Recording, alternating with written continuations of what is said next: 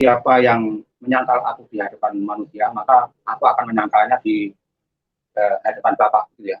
Namun sebelum itu pertanyaan inti saya, sebelum pertanyaan itu dijawab, saya ada pertanyaan pendahuluan, tolong dijawab singkat pendahuluan. Ya. Kakek nenek itu berdomisili di daerah mana yang merawat ibu? Ada Pak di satu daerah yang istilahnya nggak bisa saya sebutkan. Kalau dengan rumahnya Bapak Ibu asli jauh mana? Cukup jauh, kita sampai 3 terminal ke rumah Bapak. Ya. Kemudian pertanyaan kedua, tadi pada waktu di penjara yang terakhir itu kan mengatakan sudah hamil. Sekarang anak yang itu di mana? Ada di sini sama saya. Waktu Ibu kerja ngojek dan lain sebagainya, terus siapa yang merawat? Dibawa. Oh, dibawa. Baik, pertanyaan saya itu tadi tentang yang Ibu sampaikan tadi. Barang siapa, gimana Bu bunyinya? Barang siapa yang menyangkal aku di hadapan manusia? Iya, barang siapa yang menyangkal. Iya. Ya, itu yang saya tanyakan. Sebetulnya perbuatan baik ataupun jelek dari manusia itu pertanggungjawabannya kepada Bapak atau kepada Yesus? Yang saya tahu itu yang saya lakukan, karena yang saya tahu Tuhan datang kepada saya dan menyelamatkan hidup saya. Jadi saya hanya ingin mengakui bahwa Tuhan benar-benar ada dalam kehidupan saya, Tuhan hadir dalam hidup saya. Jadi pertanyaan yang Bapak tanyakan sama saya akan menjawab sesuai apa yang saya tahu, karena saya tidak sekolah teologi, saya hanya menjawab apa yang saya mengerti dan saya tahu. Yang saya tahu adalah ketika saya mengakui bahwa Yesus adalah Tuhan saya, Dia adalah juru selamat saya, maka ketika hidup saya saya hidup dalam kebenarannya, maka saya akan diselamatkan. Jadi ketika saya mengakui Tuhan Yesus di hadapan siapapun bahwa Dia adalah jalan kebenaran dan hidup buat saya, itu adalah hal yang terpenting dalam hidup saya. Ya, maksudnya berarti pertanggungjawabannya kepada Yesus atau kepada Allah Bapa? Pertanggungjawabannya? Ya, kepada Yesus atau kepada Allah Bapa?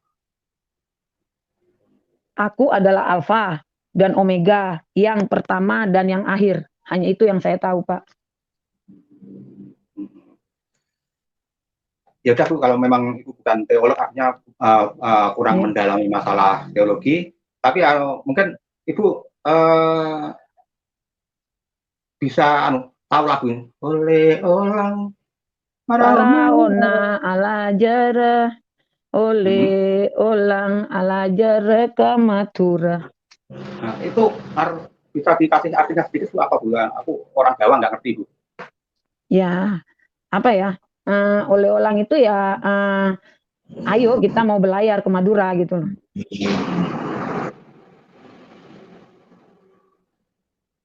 Oke Bu, terima kasih atas jawabannya. Terima kasih juga Pak. Kalau waktunya masih ada, mungkin Pak Yusuf bisa melengkapi pertanyaan inti saya tadi. Kalau memang tidak ada, silakan untuk yang lain waktunya. Ya, baik Pak. Jadi saya tambahkan sedikit. Segala pertanggungjawaban itu kepada Tuhan Yesus. Karena dikatakan firman Tuhan bahwa Dia akan datang menjadi hakim. Dia akan kembali kedua kali ke dalam dunia ini untuk menghakimi baik yang hidup maupun yang mati. Artinya yang sudah mati, yang sudah ada di dalam kuburan, bahkan orang yang masih hidup pada saat Dia datang, Tuhanlah yang akan menghakimi. Nah, kenapa Tuhan menghakimi?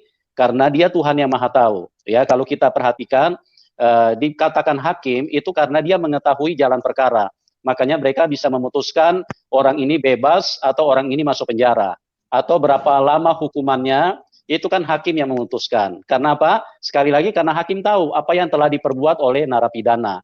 Atau apa yang telah terjadi lewat kasus-kasus atau lewat sidang yang ada. Nah, disitulah hakim karena mengetahui jalan perkara, maka mereka memutuskan. Nah, begitu juga Tuhan Yesus. Kenapa Dia akan menjadi hakim bagi semua manusia? Karena memang Dia mengetahui, Pak, semua aktivitas manusia, semua kegiatan manusia, semua pikiran manusia, Tuhan Yesus itu tahu. Pada saat dia berdusta, Tuhan Yesus tahu. Pada saat pikirannya cabul, Tuhan Yesus tahu. Pada saat dia emosional, Tuhan Yesus tahu. Jadi karena dia maha tahu, makanya dialah yang akan menjadi hakim.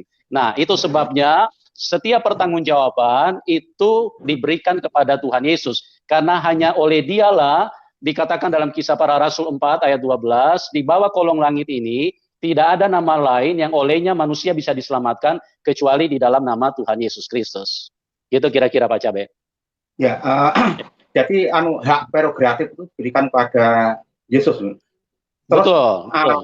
arah pertanyaan saya tadi, loh kenapa kok mengatakan yang menyangka di hadapan manusia, maka saya juga akan menyangka di hadapan Bapak. Kenapa harus mengatakan begitu kalau sudah diberikan prerogatif, Pak?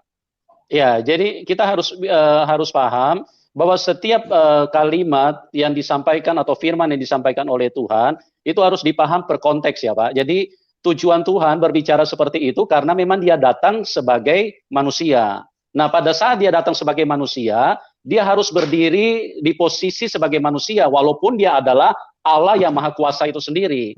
Jadi dia istilahnya lagi mengajar kepada manusia bahwa kalau kalian tidak mengakui aku, nanti kalian kan pikiran manusia kan ada yang Maha Kuasa di atas. Pada saat Tuhan Yesus turun ke dalam dunia, manusia kan berpikir bahwa Tuhan Yesus itu kan hanya manusia gitu loh.